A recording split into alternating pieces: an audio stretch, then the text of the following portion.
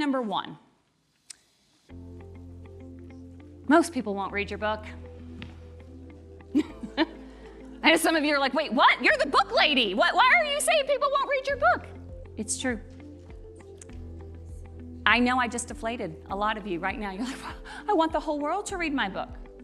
No, you don't. Let me explain. Let's just say, okay, and I do hear this a lot, and I thought this too, so I'm not poking fun at all. But I hear a lot, I want to sell 1 million copies of a book, or whatever the number is. But let's just say it's 1 million copies. Okay, that's great.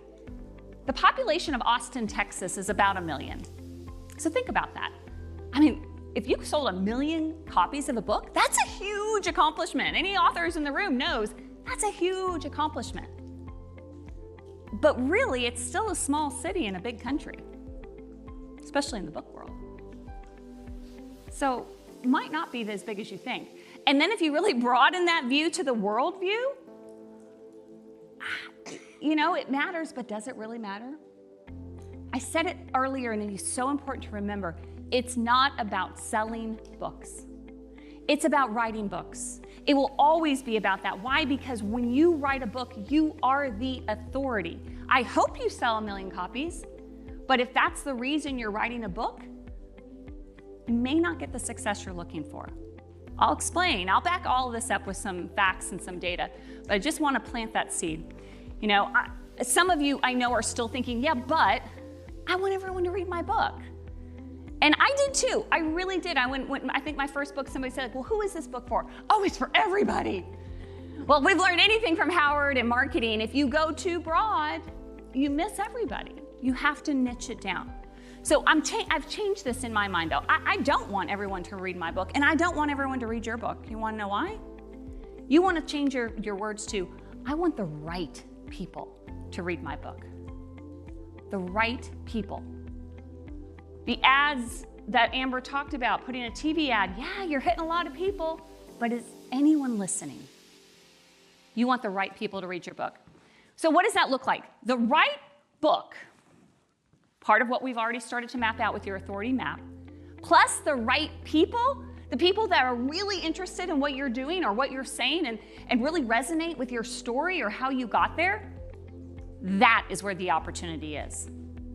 Every single time, the right book with the right people gives you the opportunity. It brings you the revenue. Would anybody like more revenue in this room? Raise your hand or say yes.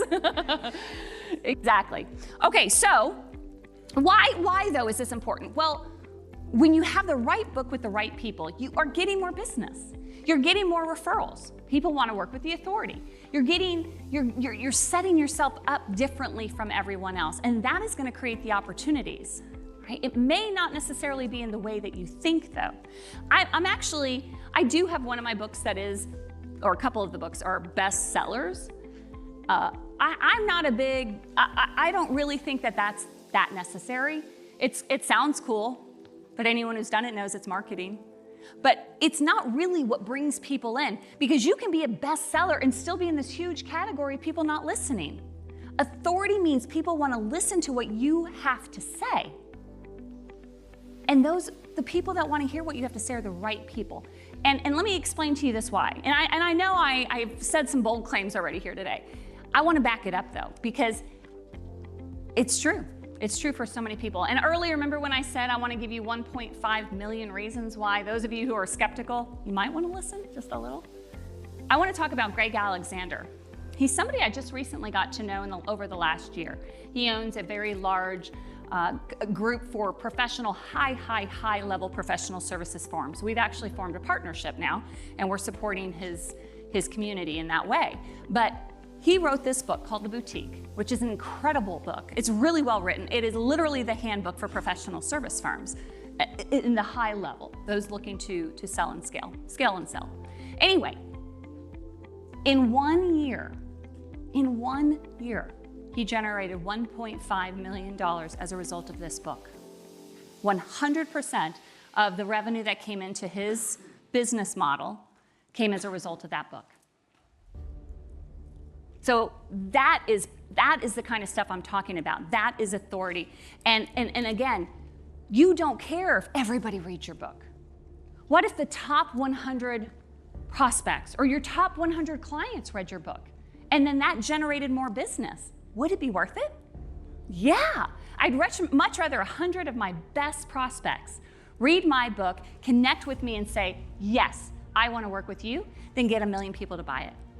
It's never going to be about selling books. It's about writing books and leveraging that authority. That's what this whole thing is about. But let's move on. All right, what's fact number 2? What was fact number 1? Anybody remember? Most people won't read your book. Coming from the book lady, I know that sounds bold, but it's true, and that's okay. But here's the other thing, and this is so true. Dog whistles work. You're like, what? If you have a dog, you know what I'm talking about. So there are these little dog whistles, and the sound that comes out of it, the only animal that can hear it is your dog. You can't hear it. It's absolutely like nobody else is hearing the noise but that dog. It's driving that dog crazy. What's my point? The point is if you want to attract the right people, remember the right book plus the right people equals the opportunity. So you need a dog whistle for your clients. You need a dog whistle for those referrals. You need something that only they are listening to because those are the ones you want to read your book. You want to be the authority to those people. It's like a magnet. It's literally just attracting people to you. Now you have to get very creative. You have to do the marketing things that Amber talked about. You have to think about these things, but as the authority, you have the ability to do this. Why? Because you're speaking the language of the people who need what you have most. Your clients are looking for a solution. They are. And if your competitors are really outperforming you, this is probably the reason why. They're able to speak to those people in a way that brings them in and makes them want to do business with them. That is the power of authority. All right, fact number 3. I mentioned already, I've been talking about this for 15 years. It's really hard to believe my first book, and then I started doing this that long ago. But I believe this now more than ever. Now matters. 15 years ago, the idea of writing a book and using it as a business card, yes, of course it was out there, but it wasn't that well known. And there was opportunity, right? What did I say about opportunity earlier? If you can solve someone's problem, that's a business opportunity. Well, that was a business opportunity. But what I have seen, and I know you have too, lots of people have written books. People are writing books, as they should. But are your competitors writing books? Remember I said it's not you being any better. It's not you being on the pedestal. It's you being able to stand in the middle of, here's where I was, here's where I am, here's how I did it, and sharing that with them. But you have to do it now more than ever. We are also in a world of so much social media and mistrust, and I don't know if we can really trust, is that for real or not? Everyone has testimonial nows, and all of these things that matter. But we're seeking, is this for real? Is this for real? If somebody can read your story, and I love that you shared like the Come Into America story. If somebody can really read your backstory and know something about you more than what you can do for them, I'm telling you, that is what attracts people. That's that magnet, that dog whistle.